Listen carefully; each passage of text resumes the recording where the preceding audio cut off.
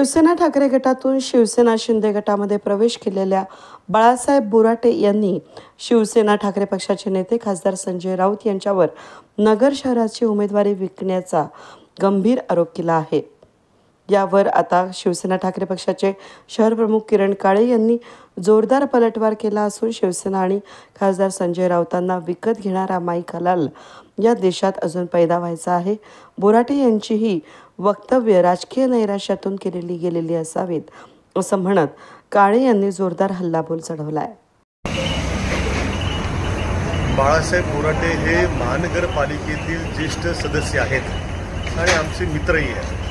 त्यांनी आमचे शिवसेनेचे फायर ब्रँड नेते खासदार संजयजी राऊत साहेब यांचं नाव घेऊन त्या ठिकाणी केलेले आरोप जे आहेत ते अत्यंत बिनबुडाचे आहेत। मला त्यांना यानिमित्त एक सवाल विचारायचा आहे की आपण जर म्हणताय की राऊत साहेबांनी आणि शिवसेनेने या जागेचा त्या ठिकाणी व्यवहार केला, धंदा केला, पैसे घेतले, तर तुम्ही त्याचा पुरावा द्या ना।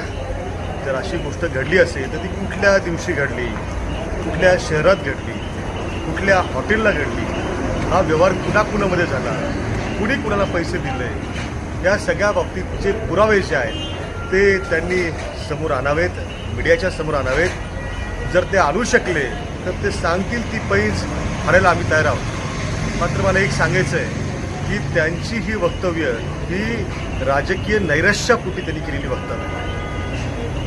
अजून या महाराष्ट्रामध्ये आणि या देशामध्ये संजय राऊत साहेब आणि शिवसेनेला विकत घेणारा माईकाला अजून पैदा व्हायचा ही अवकात नाही कुणाची की जो शिवसेनेला त्या ठिकाणी विकत घेऊ शकेल।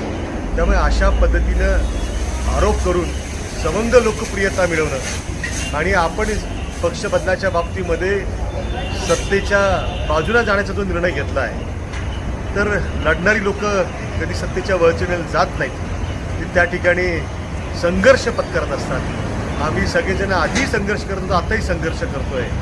मात्र काही लोक जे शिंदेंच्या आणि त्या ठिकाणी सत्तेच्या वळचणीला गेलेत त्यांना आता असे सगळे साक्षात्कार व्हायला लागलेत। मला त्यांना एक सवाल देखील विचारायचा आहे, जर असं होतं तर तुम्ही या बाबतीमध्ये एवढ्या उशिरानं वाच्यता का करता? त्याच वेळेला तुम्ही या बाबतीमध्ये जसं आज बोललात तसं का नाही बोललात? इतक्या दिवस तुम्ही शांत का होतात? तुम्ही तर महाविकास आघाडीचा प्रचार देखील त्या ठिकाणी आमच्या सगळ्यांच्यावर केला, मात्र आज अचानक ही उपरती कशी काय सुचली? त्यामुळे अशा प्रकारे बिनबुडाचे आरोप करून जर कुणी सवंग लोकप्रियता मिळवत असेल तर जनता जनार्दन सुज्ञ आहे।